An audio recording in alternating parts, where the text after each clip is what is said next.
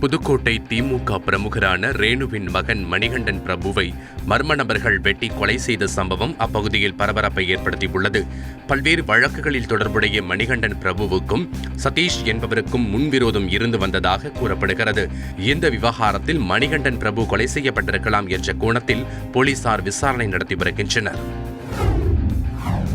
விருதுநகர் மாவட்டம் ராஜபாளையம் அருகே உள்ள புதுப்பட்டி விலக்கு பகுதியில் செயல்பட்டு வரும் தனியார் நூற்பாலையில் அதே பகுதியைச் சேர்ந்த வள்ளி என்ற பெண் பணியாற்றி வந்தார்.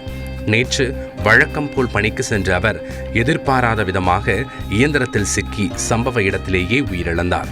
இதுகுறித்து தகவல் அறிந்த வள்ளியின் உறவினர்கள் உரிய நஷ்ட ஈடு வழங்க கோரி சாலை மறியலில் ஈடுபட்டனர். புதுச்சேரி காந்திநகரில் செயல்பட்டு வரும் KFC நிறுவனத்தின் மீது மர்ம நபர்கள் சிலர் கல்வீசி தாக்கியும் மீன் கழிவுகளை கடையினுள் வீசியும் சென்றனர். இலங்கைக்கு துணை போகும் அமெரிக்க நிறுவனமே புதுச்சேரியை விட்டு வெளியேறு என அச்சிடப்பட்டிருந்த நோட்டீஸை அவர்கள் விட்டுச் சென்றனர். இந்த சம்பவம் அப்பகுதியில் பரபரப்பை ஏற்படுத்தியது. சேலம் மாவட்டம் ஓமலூர் அருகே உள்ள மேட்டூர் பேருந்து நிலையத்தில் மது போதையில் ஒருவர் படுத்து உருண்டு கொண்டிருந்தார். அவர் அரசு பேருந்து நடத்துனர் என்பதும் பணி முடிந்து வந்ததும் மது குடித்துவிட்டு போதை மயக்கத்தில் பேருந்து நிலையத்திலேயே படுத்துவிட்டதும் விசாரணையில் தெரிய வந்தது. விருதுநகர் மாவட்டம் சிவகாசி சுற்றுவட்டார பகுதிகளில் நேற்று இடியுடன் கூடிய கனமழை பெய்தது.